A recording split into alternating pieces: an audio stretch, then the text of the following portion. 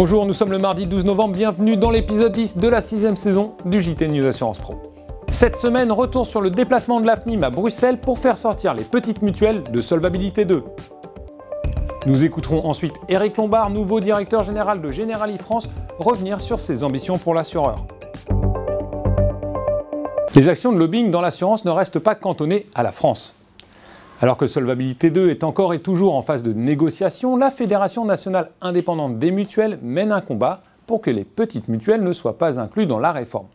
Philippe Mix revient pour News Assurance Pro sur son déplacement à Bruxelles avant une entrevue à Bercy. L'AFNIM affirme que le projet Solvabilité 2 tel qu'il arrive aujourd'hui en débat au niveau du trilogue est un modèle absolument monstrueux qui ne correspond pas à ce que doivent vivre les mutuelles de proximité.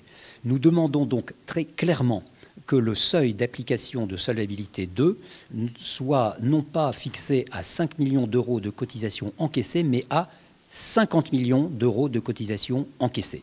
Et je dois dire que les entretiens que nous avons eus, que j'ai eus cette semaine à Bruxelles, tant au niveau des parlementaires européens qu'au niveau du commissaire Michel Barnier, ces rencontres ont été extrêmement profitables et j'ai eu donc la confirmation de la pertinence juridique de notre requête et que notre demande est donc sur la table du trilogue qui aura donc à se pencher sur ce dossier qui est fondamental, qui est crucial pour nos structures, qui risque sinon d'être terriblement mise à mal par une réglementation dont on n'a pas à notre niveau la sensation d'un retour sur investissement pour nos adhérents.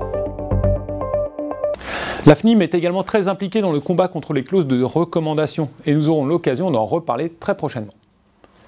Le 28 octobre dernier, Éric Lombard est devenu directeur général de Generali France. Nous avons eu la chance de décrocher un entretien avec celui qui remplace à ce poste le président Claude Tandil. Voici un extrait de cette interview exceptionnelle réalisée par Thibaut Vadjou, Thierry Gouby et Sébastien Jakubowski. Dans cette entreprise qui est forte et qui est solide, les prochaines années, nous allons travailler avec les équipes de façon à trouver un projet. En fait, on s'inscrit dans une vision longue. Donc, on va avec les équipes définir la vision de ce que nous voulons être d'ici 10 ans. Et cette vision, elle est centrée sur le client.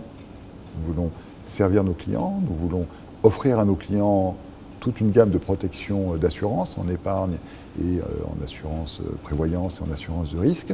Et naturellement, ce chemin que nous allons emprunter va être un chemin de croissance rentable.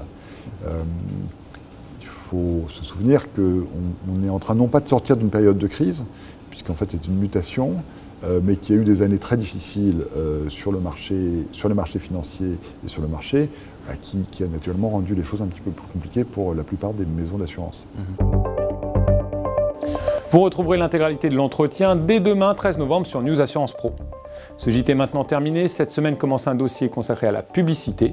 Pour ma part, je vous donne rendez-vous lundi prochain pour une nouvelle édition.